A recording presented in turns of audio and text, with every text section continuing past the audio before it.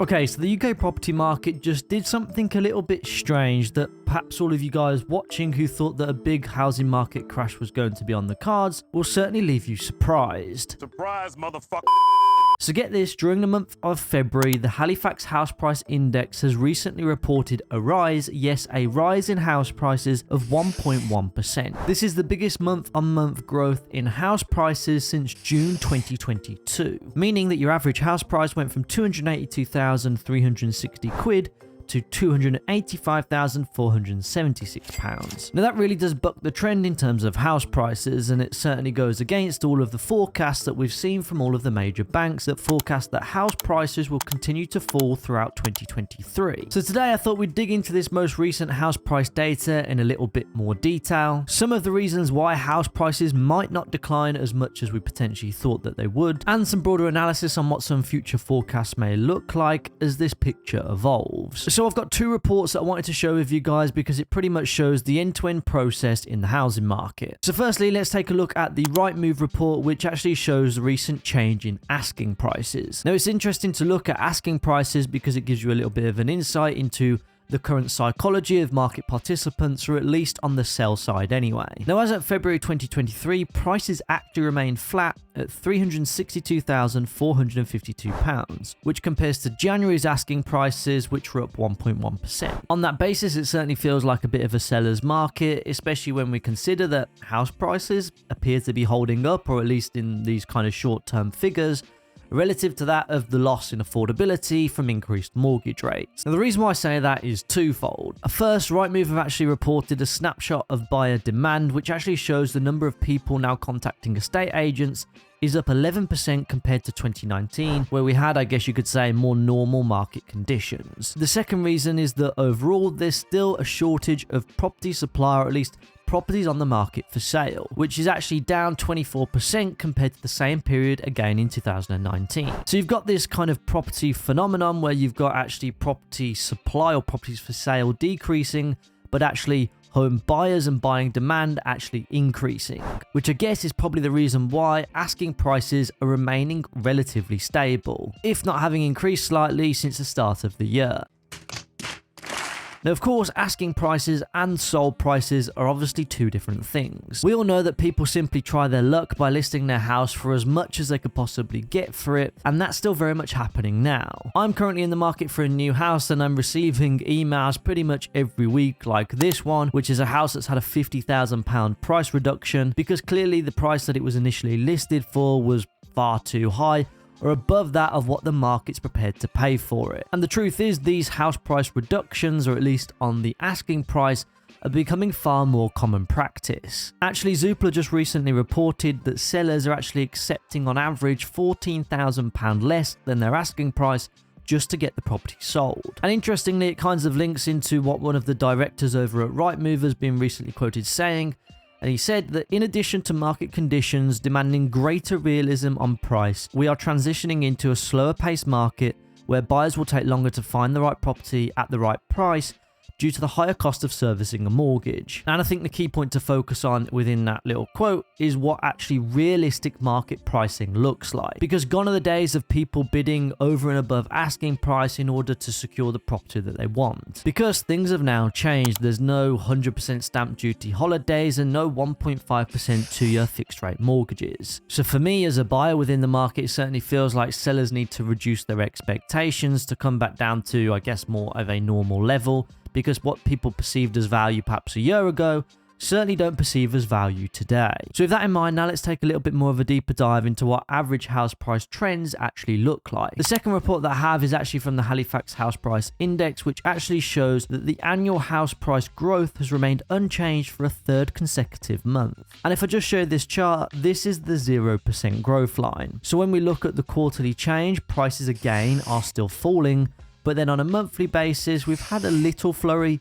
in the past couple of months. But having said that, I still think that the longer term trend is the most important thing to look at. And actually, as of right now, that certainly points towards at least a stagnating property market, and certainly still shows warning signs that there could be certainly more downside to come. The question is, have we reached the market bottom, so to speak, from peak market prices in August last year? Well, for me personally, I don't believe that we have. If anything, I do still think house prices will keep falling in value as people adjust to these new levels of affordability. And let me just say that will be either more or less impacting depending on the geographical area that you live in. Because the truth is, some areas might not see a material change in house prices whatsoever. Because high quality stock in high quality areas, it's likely that those prices will remain somewhat resilient. Whereas on the flip side, you've got low quality stock in low quality areas where prices are more likely to continue to fall. And even low quality stock in high quality areas will still have an element of price resilience, or at least that's what I'm seeing anyway.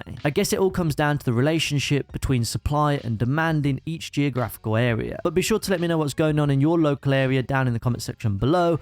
I'd be pretty interested just to find out and compare and contrast that into what I'm seeing in my local market. Other than that, the other factor that's potentially affecting house prices, or at least in the short term, is mortgage rates, because actually they're becoming better. There is again a direct correlation between what mortgage rates are versus what house prices are, where typically the higher that rates are, the lower that house prices will fall. As you guys can see on this chart, the yellow line shows a steady downtrend of central bank rates since the early 90s, and with that, as money has become cheaper to borrow, how house prices have accelerated, especially in the past 10 years, while central bank rates have been close to zero. So now interest rates are on the increase again. It certainly supports the theory that in order to counteract that affordability loss, that house prices will have to fall too. But I guess that's more on a macro level, and actually when we look at the short-term figures based on the month-on-month change where house prices have been positive, actually one of the factors for that could have been because of the actual positive change in mortgage rates. The mortgage market has stabilized quite significantly since the car crash of a budget which took place last year. I am resigning.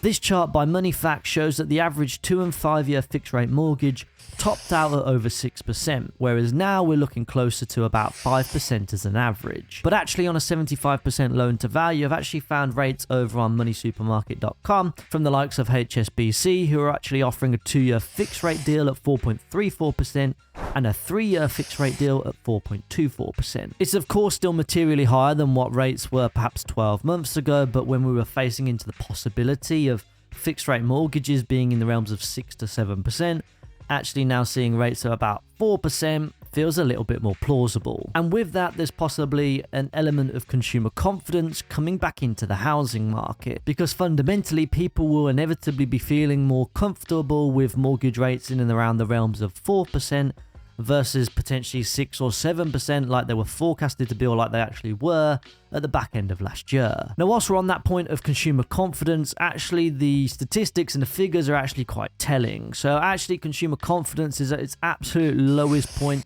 since this data set began, right the way back in the early 80s. But despite this, it is slightly increasing, especially in the last couple of months. So there might be some macro piece of analysis here that could potentially translate into the overall performance of the property market. Some bloke with a fancy job title was quoted in an article from the Financial Times who said, despite February's score being still severely depressed, consumers had suddenly shown more optimism about the state of their personal finances and the general economic situation, especially for the coming year. Perhaps there is an underlying case here where BBC News have prepped us for absolute Armageddon, whereas the reality is that it's never going to be as bad as perhaps what's told to us in the news. But as a result of that, people have taken decisive action because they thought the worst case scenario was going to happen, in order to actually improve their financial position. So with now analysts talking about the fact that we could potentially avoid a recession altogether, perhaps that's an overall reflection of the resilience of people's finances. And due to that, the catastrophic housing market crash that everybody's been expecting might not come through to fruition. Perhaps just like the mild recession that's been forecasted in the economy, might just translate into a bit of a mild property market decline. So a property market correction, I think we can probably all agree that that's what we're seeing right now. However, a property market crash, perhaps that might be a little bit far-fetched. And actually, as the longer term forecasts for the property market call out, when we look at this report from Savills, actually there's going to be a correction in 2023. I think that's kind of obvious. But then prices will then quickly reverse back to the upside in 2024, 2025, 2026, and 2027. So there may be a relatively short window in perhaps the next 12 to 18 months for at least the first time buyer to potentially get on the property ladder, but thereafter it's only going to get harder again. I think ultimately we will have to follow the data on a month by month basis as things evolve. But to be honest, based on the figures that we're seeing now and in the past 6 months or so, it's looking very unlikely that we'll see a 2008 style property market crash. So that's my views. Be sure to let me know what yours are down in the comment section below. But before you go, be sure to drop a like on the video if you enjoyed it. Subscribe to the channel if you're new around here. And with that being said, see you over in the next one.